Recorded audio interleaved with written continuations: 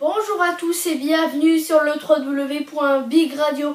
Je suis très heureux de vous retrouver en ce dimanche 29 avril 2012. C'est le grand journal du dimanche dans une toute nouvelle édition. Après la fin du Tech News, nous allons parler désormais de culture, de médias et un petit peu d'actualité high-tech.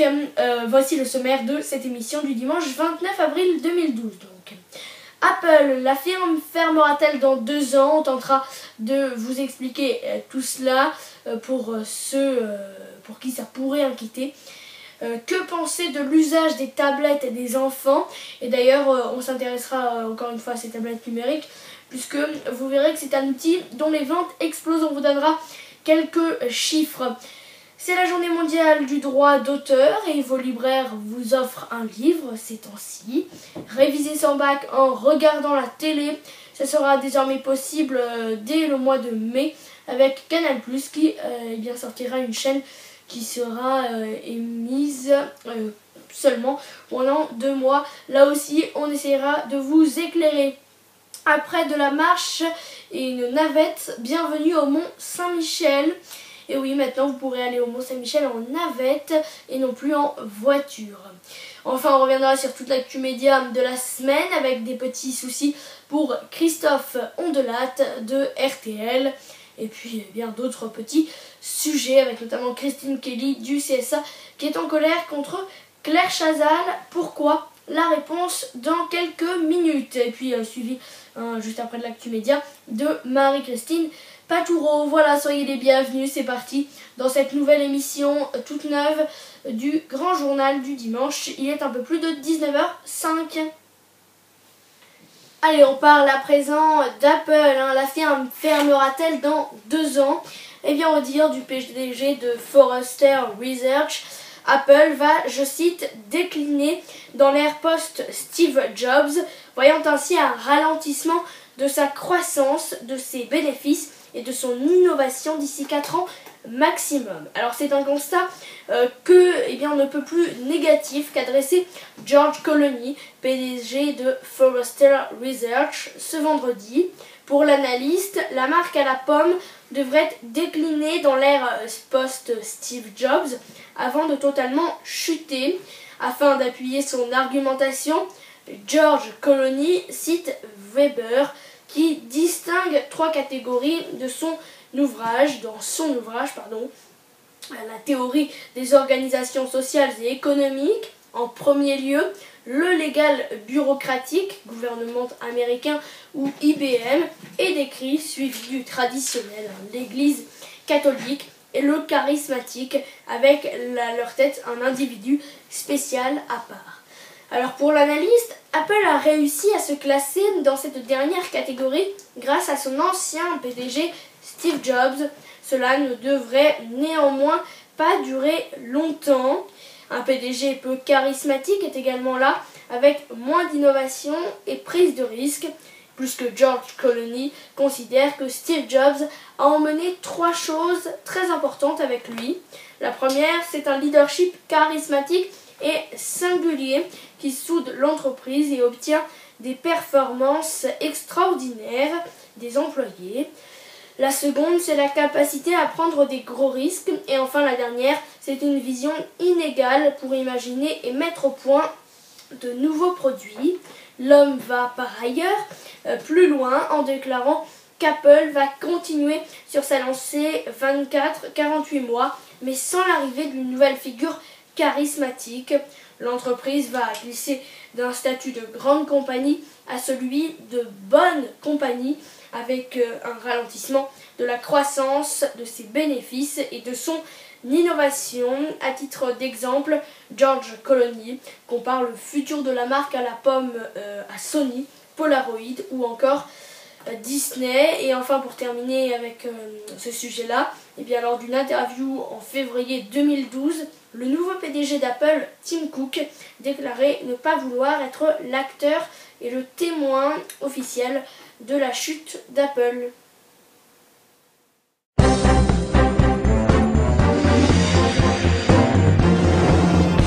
Ludique ou perturbatrice, la technologie à l'usage des petits divise parents et pédopsychiatres. Débat tout de suite. Alors Georges, 22 mois, est assis sur une petite chaise bleue face à un bureau pour enfants. Il tient entre ses mains un jeu pour les grands, un iPad. Une situation de plus en plus fréquente qui divise parents et pédiatres. Penché sur la tablette, l'enfant appuie sur les icônes et arrive à sortir des sons du style la boîte à meumeux, une application qui produit des sons de vaches, de canards et de chiens. Pour sa mère, Aurélie Mercier, âgée de 32 ans, les applications iPad ont l'avantage de repousser les limites du monde de son fils. Elle déclare notamment: c'est une fenêtre ouverte sur des milliers de choses que nous n'avons pas à la maison, condensées dans ce petit objet. Le nombre d'applications pour bébés et enfants en bas âge explose. Selon Heather Leister, qui teste ses programmes sur le site américain theyphone.com depuis 2009, mais psychologues et parents sont divisés sur l'opportunité de mettre des smartphones et tablettes entre de si petites mains quand on sait combien les premières années sont cruciales dans le développement d'un enfant.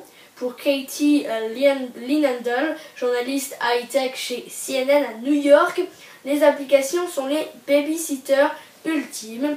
S'il existe une application simple à comprendre, un enfant l'adoptera, explique-t-elle. Mais certains parents craignent que cela perturbe la manière dont les enfants jouent avec les jeux traditionnels. Sarah Rothman-Epps, analyste de la consommation de produits technologiques basée à Boston aux États-Unis, raconte que son fils de 2 ans adore dessiner sur du papier avec des crayons, mais il est frustré en voyant que l'image est immobile, et je pense que cela vient de notre culture, là où la vidéo et l'animation sont omniprésentes. C'est ce qui dérange Serge Tisserand, pédopsychiatre, qui craint que ces applications n'empêchent les enfants d'appréhender l'espace en 3 dimensions, qui est une étape majeure de leur développement. Alors, nous savons qu'un enfant en bas âge a absolument besoin de faire appel à tous ses sens, affirme-t-il. Dans les 2 premières années de la vie, le cerveau triple de volume, les synapses se forment, tandis que les jeunes vivent des expériences avec les objets qu'ils sentent, mordent et jettent. C'est là que la simplicité des jouets et des jeux sans règles préétablis est cruciale. Aucune application ne remplacera l'importance de prendre 2 cubes et de réfléchir à la manière de les empiler l'un sur l'autre, dit la pédiatre texane Harry Brown, qui a dirigé un rapport de l'Académie américaine de pédiatrie en 2011 sur l'utilisation des écrans par les moins de 2 ans. Pour Harry Brown, que pendant que les enfants jouent avec des tablettes, ils ne font pas une autre activité qui pourrait être plus bénéfique. Un point de vue partagé par Jean-Philippe Vieira, 46 ans, cuisinier en région parisienne, qui n'a ni tablette ni téléphone mobile et limite le temps passé par ses enfants devant la télévision à 20 minutes chaque vendredi. Il n'y a pas besoin de technologie pour jouer, confie-t-il, dans un parc où résonnent des cris d'enfants.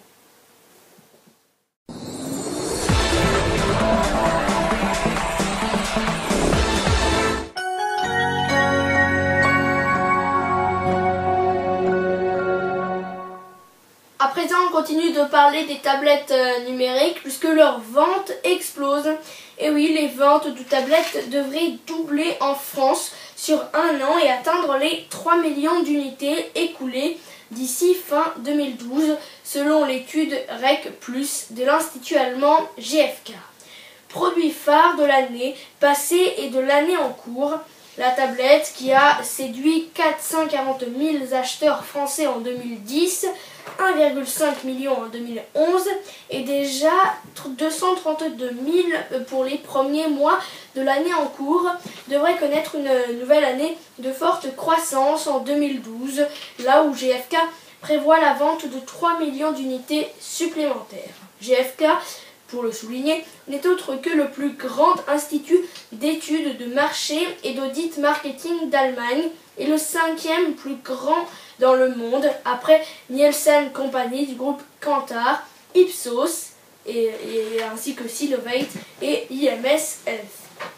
Alors, initialement positionné à la croisée des chemins entre le baladeur vidéo, le smartphone et le micro-ordinateur, la tablette lorgne plutôt vers ce dernier segment pour remplacer dans les foyers français un netbook, un petit ordinateur portable vieillissant, résume l'Institut.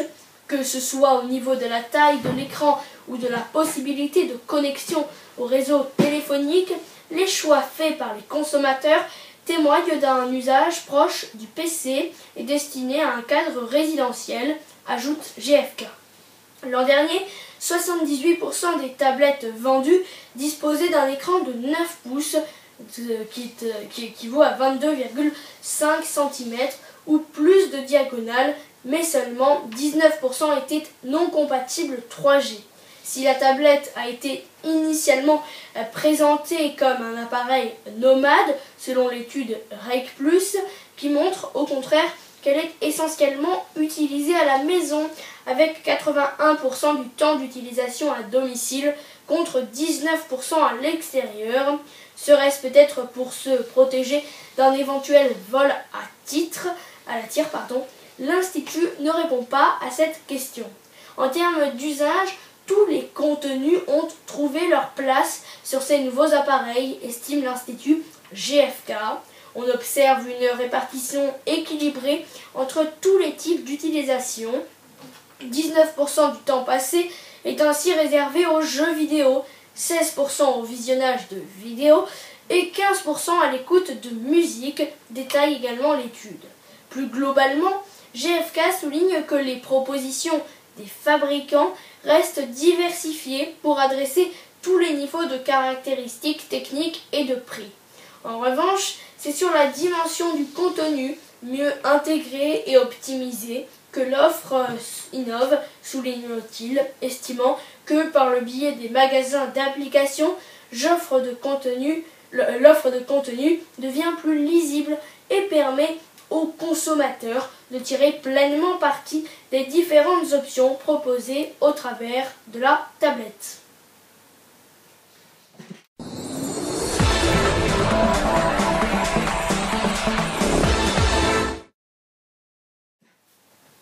Plus de 450 libraires indépendants en France et en Belgique ont célébré hier samedi la fête de la librairie, qui était également la journée mondiale du livre et du droit d'auteur, en offrant à leurs clients un livre afin de défendre les valeurs de leur métier.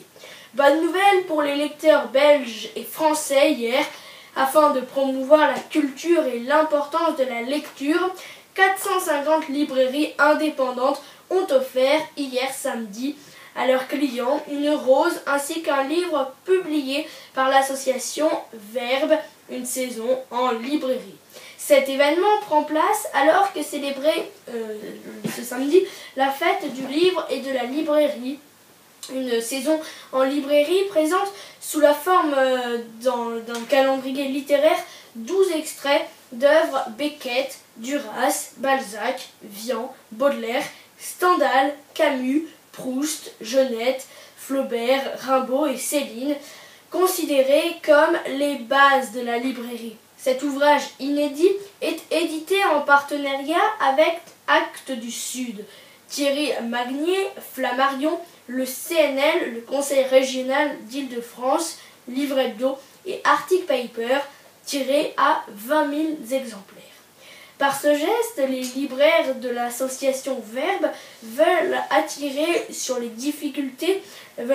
l'attention sur les difficultés des librairies indépendantes et leur rôle pour défendre le livre et la lecture. Ils veulent faire entendre leur voix face aux sites de vente en ligne concurrents de plus en plus virulents. En effet, la période est critique pour les libraires indépendants qui ont choisi hier pour rappeler leur spécificité et leur importance dans la diffusion de la création littéraire dans sa multiplicité. En tout cas, vous pouvez retrouver la liste des 450 librairies participantes sur le site internet de la librairie des Abbesses, donc je vais vous donner son site tout de suite. Librairie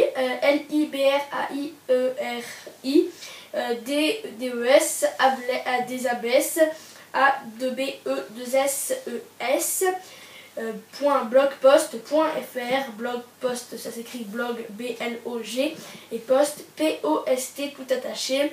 Je vous répète celui-ci, librairiedesabesses.blogpost.fr. Et enfin, l'événement est organisé, il faut le savoir, depuis 1998 par Marie-Rose Garigny de la librairie justement des Abbesses à Paris, de l'association Verbe et la version francophone de la Saint-Jordi, fête catalane consistante à offrir une rose aux dames et un livre aux messieurs.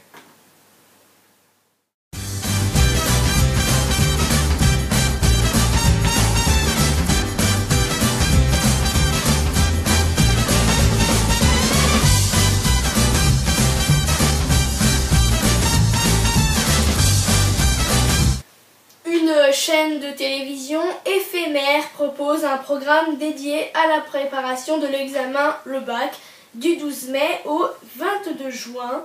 Campus Bac, une chaîne de télévision éphémère dédiée 24 heures sur 24 aux révisions du baccalauréat, dont les épreuves commenceront le 18 juin, sera proposée par CanalSat du 12 mai au 22 juin, a-t-on appris hier samedi auprès de la chaîne Planète Plus, chaîne documentaire du groupe Canal+, qui a conçu les programmes. Lancé en partenariat avec le magazine L'Étudiant, Campus Bac proposera aux candidats du bac, via le satellite et l'ADSL pour les abonnés Canal+ et CanalSat, de réviser les matières communes à toutes les filières, comme la philosophie ou l'histoire-géographie. Pour les langues, notamment, ils auront accès à une série de documentaires sur des villes sous-titrées dans la langue originale, comme l'anglais, l'allemand ou encore l'espagnol. En histoire et en géographie, d'autres documentaires seront proposés, mais introduits et contextualisés par des professeurs. Pour la physique, la chimie ou les mathématiques, les futurs bacheliers auront accès à des formats courts de 10 minutes rappelant les notions essentielles des programmes. La chaîne éphémère leur proposera aussi bien de se préparer physiquement et psychologiquement à passer les épreuves avec l'émission Révise ton bac d'abord tous les jours à 19h30 et en rediffusion à 8h30 et 16h30 et disponible sur le site Campus Bac le lendemain de la diffusion. Les futurs bacheliers pourront y trouver des conseils pour améliorer leurs points faibles, travailler la mention, apprendre à mémoriser, gérer leur santé, leur sommeil et surtout l'après-bac, pour encore maîtriser leur stress ou soigner leur look pour les euros.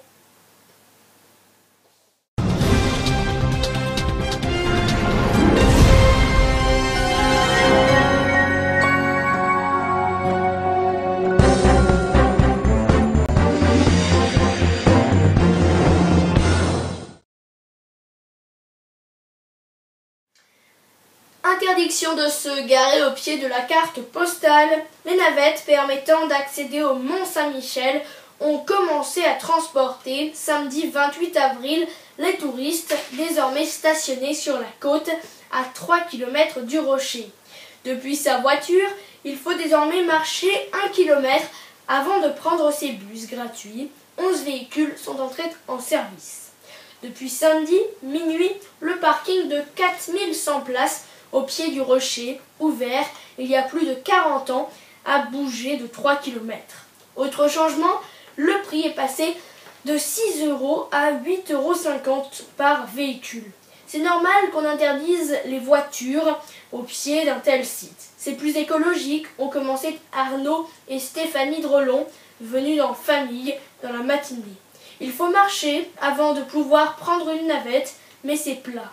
Notre fils de 4 ans l'a fait. Un avis pas forcément partagé par tous. Jackie, 86 ans, trouve que c'est un peu long. À terme, le Mont Saint-Michel, monument classé au patrimoine mondial de l'UNESCO, reviendra une île 20 jours par an en moyenne. Veolia a initié les travaux en 2009 avec l'ouverture d'un barrage dont les premiers lâchers d'eau ont commencé à désensabler le mont.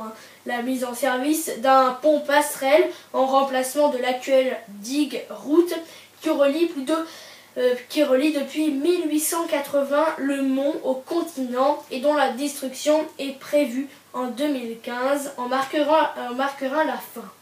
Les modalités de ce nouvel accès au Mont Saint-Michel font l'objet de vives critiques de la part d'acteurs économiques, d'associations de défense du monument et, depuis un an, de la région Bretagne.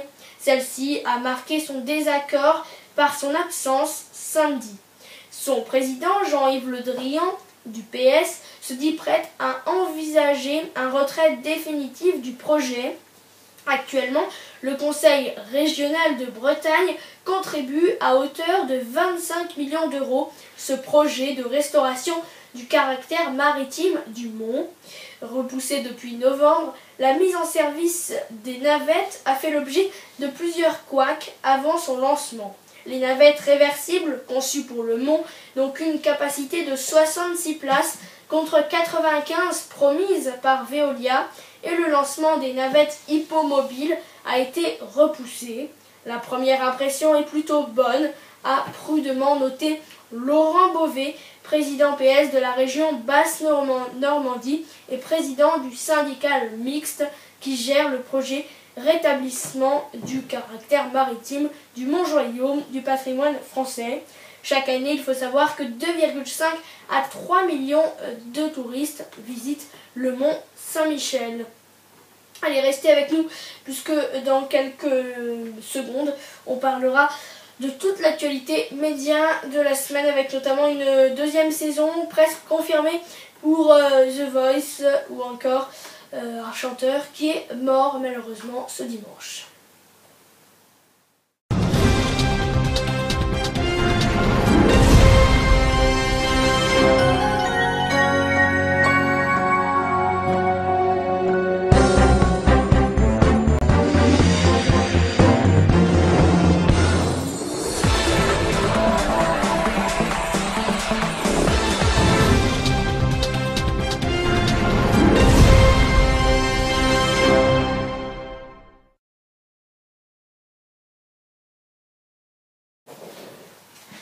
Allez, c'est parti pour toute l'actu média.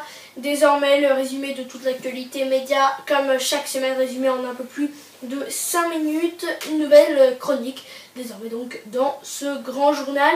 Et on commence par parler de RTL, puisque c'est un couac de plus pour Christophe Ondelat, le journaliste présentateur du 18-20h de RTL, n'est plus à l'antenne de la station en ce moment à cause d'un nouveau pétage de plomb, indique le magazine Le Point.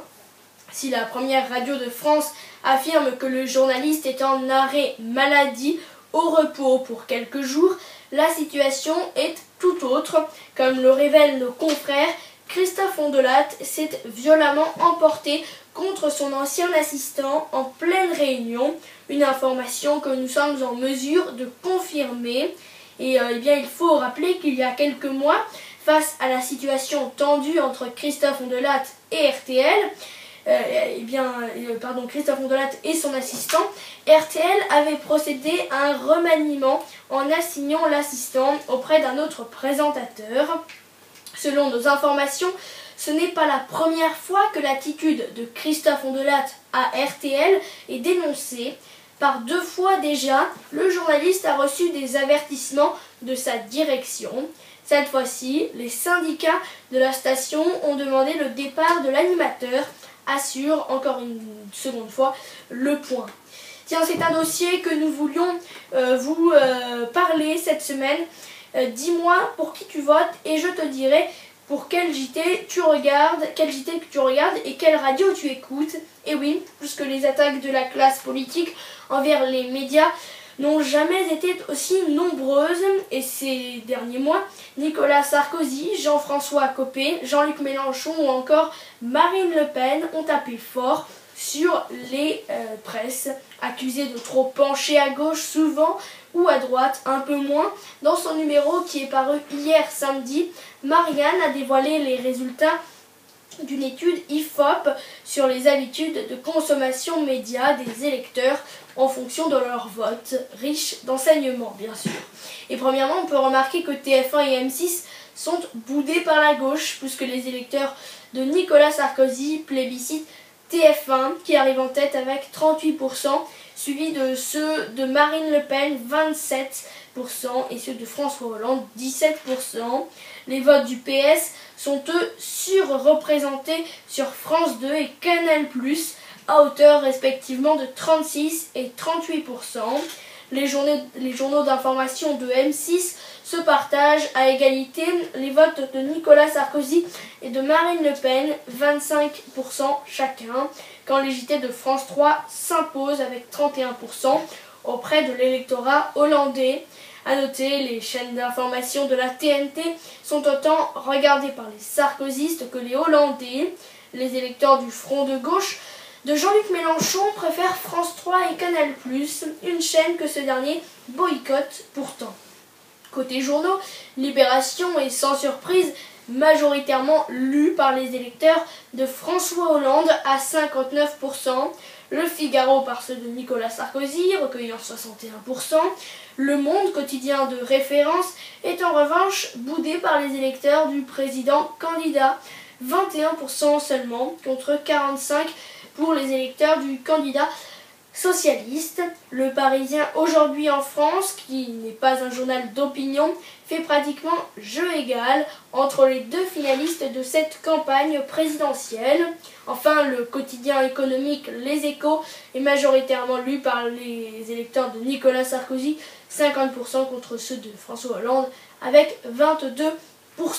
Alors côté radio, eh bien, le clivage est aussi prononcé pour les radios généralistes, à l'image de France Inter, écouté à 48% par les électeurs de François Hollande, contre seulement 13% pour ceux de Nicolas Sarkozy. On comprend mieux pourquoi le président critique souvent ses auditeurs. En revanche, RTL penche à droite pour le vote de ses auditeurs électeurs, 42%. Et Europe 1 se place plus au centre, 36% pour Sarkozy, 27% pour Hollande et 9% pour Mélenchon. Voilà donc pour cette étude Ipsos plutôt intéressante. Christine Kelly, conseillère au CSA, le conseil de l'audiovisuel, et bien Christine Kelly est en colère contre Claire Chazal. Et oui, cette dernière n'est pas contente de la démissionner de son poste du CSA, comme l'affirme Jean-Marc Morandini.com. Qui sait?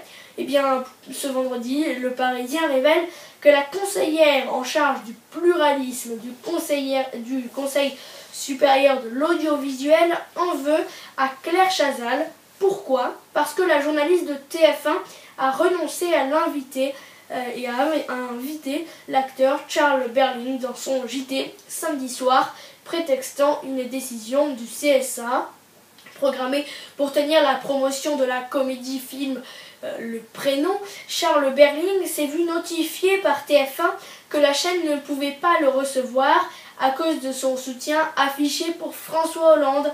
Comme tous les médias français, la Une avait interdiction de faire parler des soutiens de candidats à la présidentielle à la veille du premier tour. TF1 a donc choisi le week-end dernier de ne pas recevoir Charles Berling. La présidentielle et outre France 2, le CSA a mis en demeure Canal+ et RMC. Et oui, le CSA n'aura pas tardé à sanctionner les médias coupables de ne pas avoir respecté la loi électorale. Outre France 2, accusé d'avoir accordé un temps de parole à Jean-Luc Mélenchon dimanche alors que les Français votaient, RMC et Canal+ ont été mises en demeure. La première a diffusé le même jour les propos de François Bayrou, tandis que Canal+ a diffusé avant 20h des analystes de journalistes, laissant deviner les résultats. TF1 et BFM TV ont, elles, été sanctionnées moins sévèrement, écopant d'une mise en garde.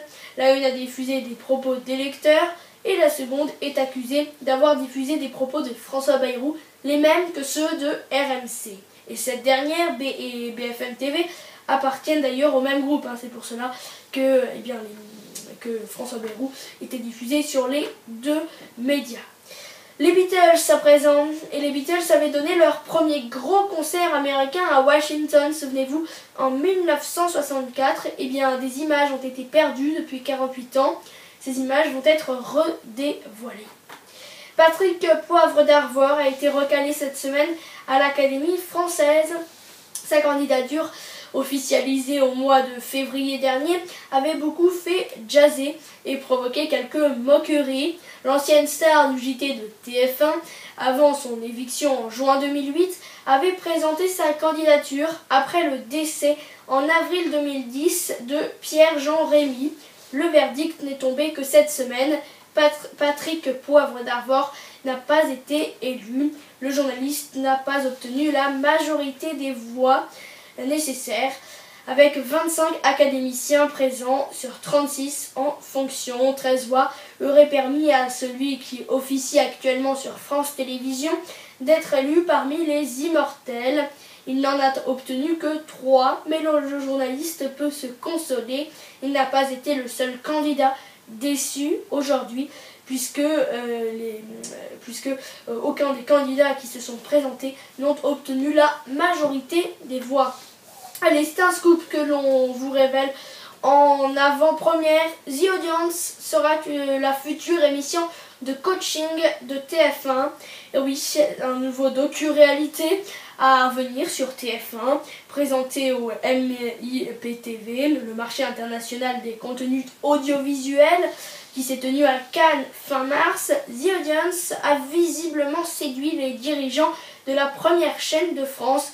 Dans un communiqué commun, ITV Studio et TF1 annoncent la production de l'adaptation française du format. En production pour la chaîne Channel 4 en Angleterre et actuellement étudié par CBS aux États-Unis, le concept de The Audience est assez simple. Dans chaque épisode, les téléspectateurs découvriront un individu qui a décidé de prendre une décision radicale à tel point qu'elle va changer sa vie. Pour l'aider, 50 personnes seront là pour lui permettre de prendre sa décision.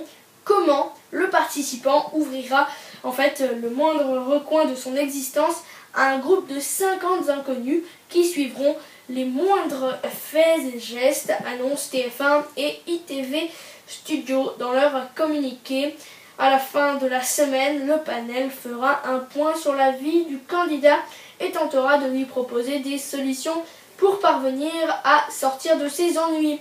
Allez, on parle toujours de TF1, puisqu'en bref, c'est une deuxième saison pour The Voice qui est annoncée, alors que la finale de l'émission est annoncée pour le 12 mai. Nonce Paolini a annoncé qu'une deuxième saison était déjà en préparation. Et oui, qui a dit que les télécrochets n'avaient pas d'avenir. Malgré une baisse d'audience significative entre le premier et le deuxième prime en direct, l'émission a perdu plus d'1 million de téléspectateurs mais attire toujours 6,1 millions de fidèles en moyenne. TF1 a décidé de programmer donc une deuxième saison de The Voice. C'est Nonce Paolini, lui-même, PDG de la chaîne privée, qui a annoncé cette nouvelle dans la médiasphère de LCI.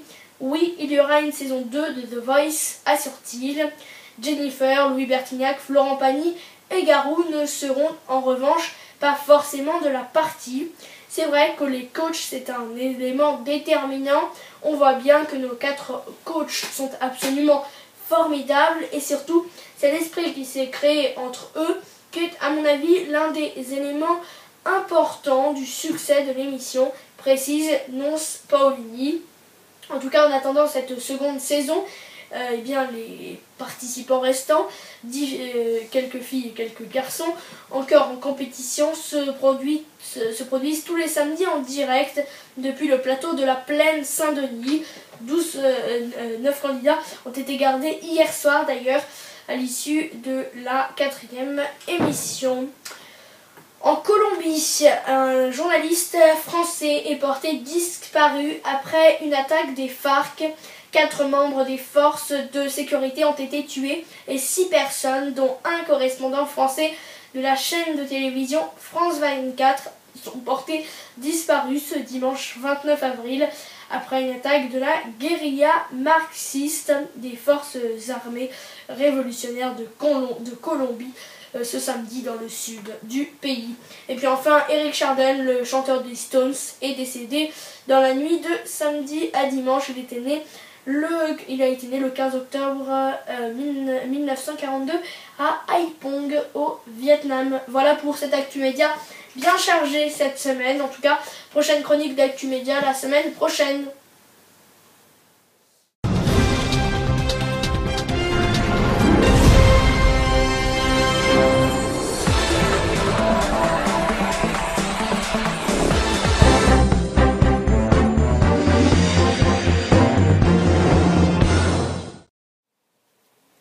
Marie-Christine Patoureau est en notre compagnie en ce dimanche soir dans le grand journal entre 19h et 20h. Bonsoir Marie-Christine. Bonsoir Martin. J'espère que vous allez bien en ce dimanche soir, que le week-end a été bon pour vous. Oui, il y a pas un peu de grand vent, mais c'est bon. Et oui, c'est sûr que la météo n'était pas très agréable ce week-end. Enfin bon. Oui.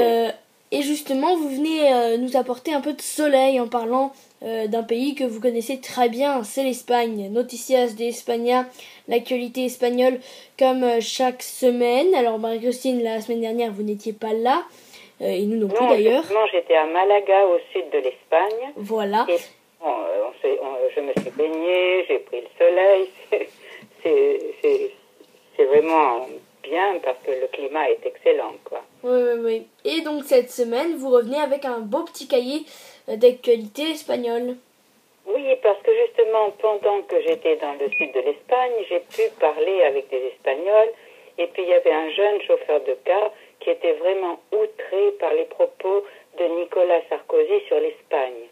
Et puis quand je suis revenue, j'ai vu que dans Courrier International, qui est un excellent magazine, un excellent journal, justement, il y avait aussi un très bon article de Luis Basset, qui est un Espagnol, un journaliste espagnol, et qui justement parlait de la bourde de Sarkozy.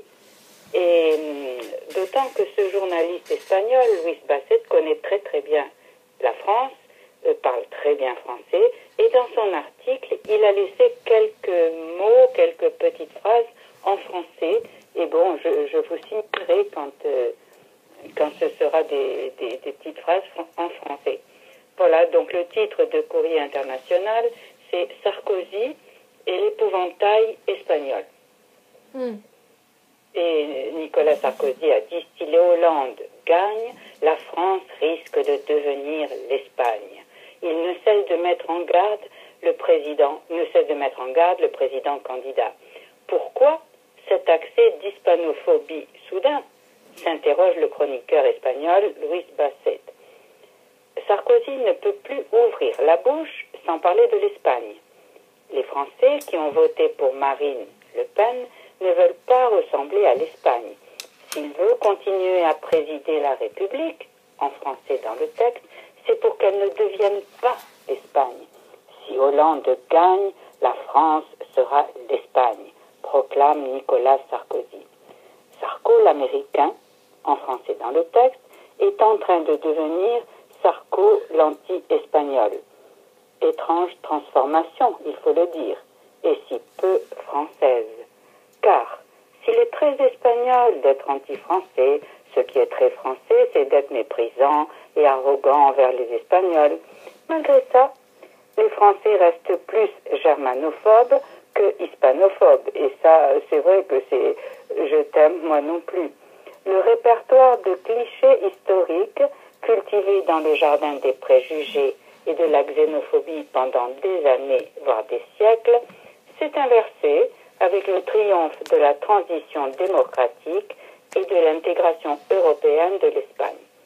Même si la droite espagnole a toujours eu du mal à abandonner ses réflexes francophobes, la droite française est soudain devenue délicieusement hispanophile. N'oublions pas que l'Espagne d'opérette est une invention française. Nous étions l'autre, exotique, et Sarkozy veut à présent nous renvoyer à une altérité moins exotique et plus douloureuse, celle de l'Europe du gaspillage et de la mauvaise gouvernance économique. On voit donc un petit peu pourquoi les Espagnols sont vexés. Oui. En invoquant l'Espagne avec autant d'insistance, Sarkozy montre à quel point le fantôme de la crise se transforme en cauchemar pour un président qui, après 5 années passées à l'Élysée, a peu de leçons à donner en matière d'enrayement de l'endettement et de réduction du déficit public. C'est un retour des vieux clichés anti-espagnols qui renaissent après la période d'amourachement sous la forme de conjuration antisocialiste. L'Espagne en crise, c'était le socialisme de Zapatero, autant dire le seul socialisme qui restait en Europe.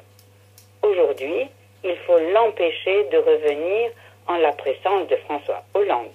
La crise, c'est la faute de l'Espagne, en français dans le texte. Pour ma part, je n'oublie pas, dit le journaliste espagnol, je n'oublie pas les bonnes relations qu'entretenait Sarkozy avec le Premier ministre Zapatero, et surtout l'éloge de la politique espagnole du logement que faisait Sarkozy lors de sa campagne en 2007, en promettant d'imiter les incitations fiscales et les facilités de crédit mises en place par le gouvernement Zapatero pour que les jeunes puissent accéder à la propriété. On voit ce qu'il en est. Heureusement pour la France, Sarkozy n'a pu mettre en pratique ses idées.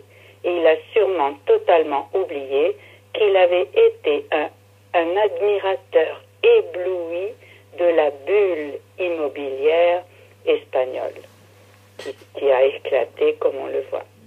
Voilà donc pour ce que pensent les Espagnols de notre président de la République. Eh ben, c'est pas joli, hein, tout ça. Eh ben non. Eh ben non, parce que bon, dans le fond, je sais pas pourquoi il a dit ça, il aurait mieux fait de se taire. Oui, non, mais voilà. Bon. On vexe pas. Est-ce que ce n'était pas pour regagner un peu des voix d'un côté comme de l'autre? Et puis maintenant, alors il y a la deuxième bourde, celle-là c'est celle du roi d'Espagne. Allez-y. Voilà, alors c'est le safari du roi d'Espagne qui provoque le malaise d'un peuple en crise.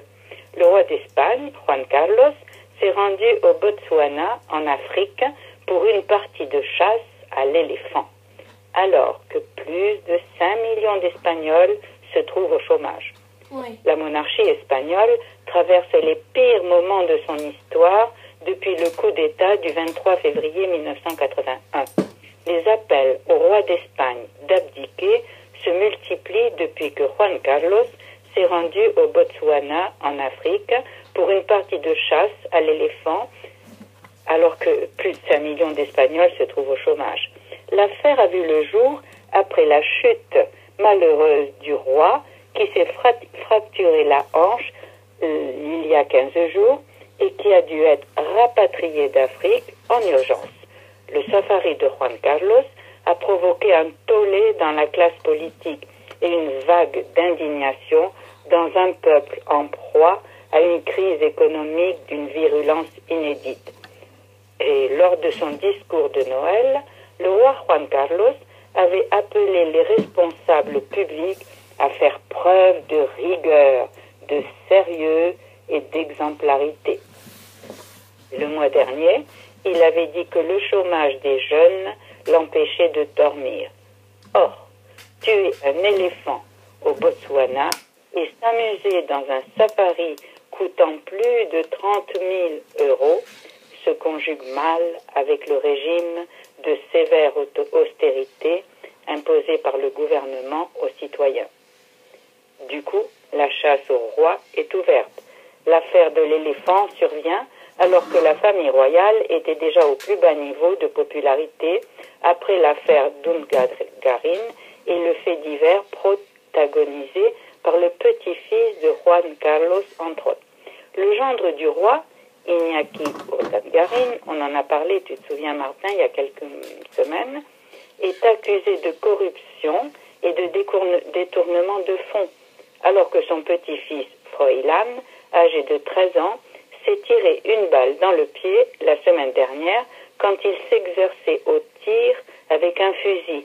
Et c'est une pratique totalement interdite en Espagne pour les moins de 14 ans. La polémique provoquée par le safari est plus forte qu'à l'accoutumée. Pour la première fois, la tolérance à l'égard de la famille royale n'est plus aussi grande. Aux voix critiques des républicains, surtout présents à l'extrême gauche, sont venues s'ajouter d'autres voix moins attendues.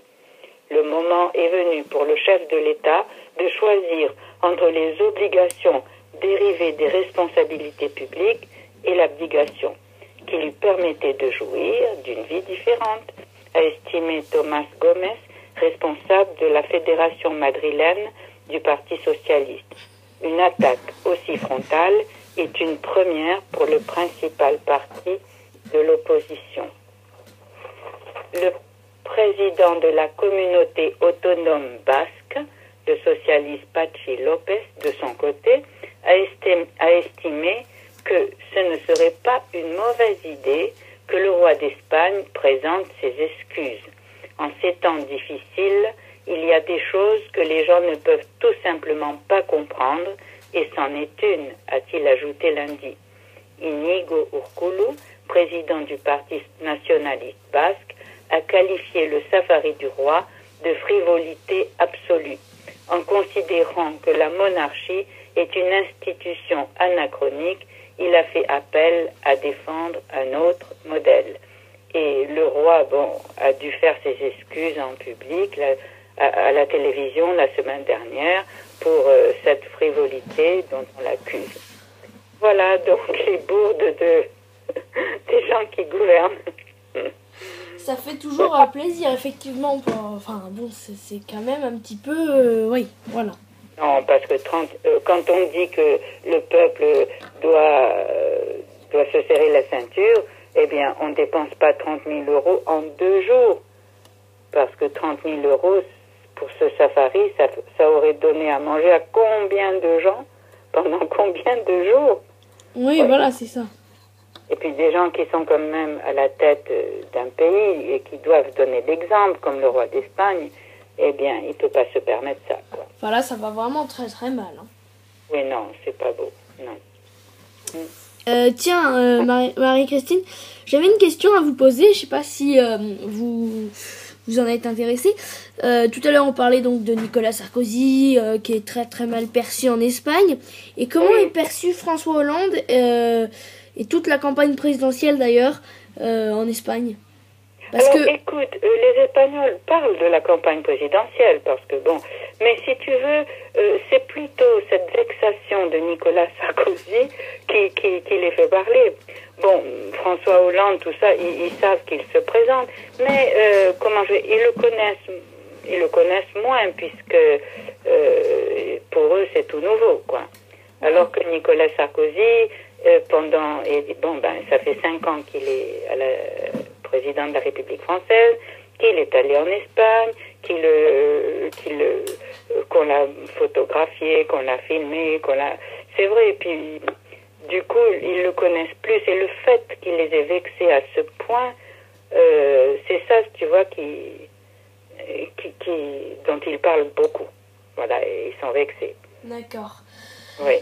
D'accord. Alors, du coup, écoute, et les plus jeunes, tu vois, autour de la trentaine, disent, mais qui c'est ce petit nain qui se prend pour Napoléon? Alors c'est pas gentil non plus. Hein. Enfin bon, ça reste... Voilà, reste... c'est surtout ça, tu vois, ça les vexe quelqu'un, Enfin bon, de toute façon, on est quand même bien d'accord que le niveau est bas d'un côté chez les Espagnols et de l'autre chez Nicolas Oui, Sarkozy. ben ça c'est sûr. Et puis, comme ils disent, il admirait la bulle immobilière espagnole, le fait que les Espagnols puissent accéder à la propriété. Nicolas Sarkozy a dit, on va faire ça en France. Et comme dit le journaliste, heureusement qu'on l'a pas fait parce que la bulle a éclaté. Et puis même les gens sont mis à la porte de leur appartement qu'ils ne peuvent plus payer. Tu vois, Ouais. alors qu'ils ont déjà payé peut-être 1 année, 2 années pour cet appartement qu'ils ont acheté. Et là, non, la crise est très très grave. Hein. Et heureusement qu'en France, on n'a pas fait pareil pour la crise immobilière qu'admirer Sarkozy. C'est pour ça, tu sais, avec le recul, ça donne envie de sourire tout ça. Et puis l'autre qui s'en va tuer un éléphant, alors qu'il dit aux autres de se serrer la ceinture. Ah oui, non mais... On a l'impression des fois de marcher sur la tête. Et puis c'est comme en France avec l'affaire Dominique Strauss-Kahn. Enfin là, vraiment, en ce moment, on marche sur nos pieds. Ouais. Alors lui dit, c'est fait exprès pour m'empêcher d'être président de la République. Donc tu sais, à l'école maternelle, les enfants raisonnent pas comme ça, ils sont plus mûrs. Aïe. Eh bien, merci beaucoup Marie-Christine. En Merci, tout cas, Martin. d'avoir été avec nous. Vous n'avez rien d'autre à ajouter? Non, tu sais, c'est déjà pas mal comme ça. Oui, je pense que là, on a une autre dose pour ce dimanche. Oui, ça suffit, oui. Voilà. Et eh bien, en tout cas, on se retrouvera la semaine prochaine sans faute. Second tour de l'élection. Oui, bien sûr, avec des articles un peu plus gais, un peu plus sympathiques, j'espère. Voilà, puis je précise que la semaine prochaine, ce sera le dimanche du second tour de l'élection présidentielle. Et bien, cette émission, le Grand Journal, aura quand même lieu de 19h jusqu'à 20h. Et puis dès 20h, une émission exceptionnelle vous sera proposée par la rédaction de BFM, de Big Radio.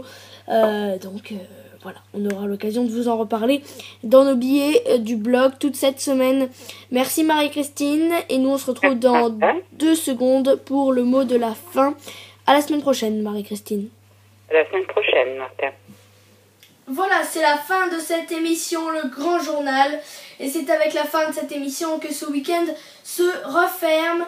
Je vous souhaite à vous tous une très bonne semaine et on se retrouvera samedi prochain dès 19h pour une nouvelle émission du Grand Journal sur le www.bigradio.fr. N'hésitez pas à devenir fan de notre page Facebook et Twitter qui s'affiche juste en dessous de votre écran si vous nous regardez. Voilà, bonne semaine à vous.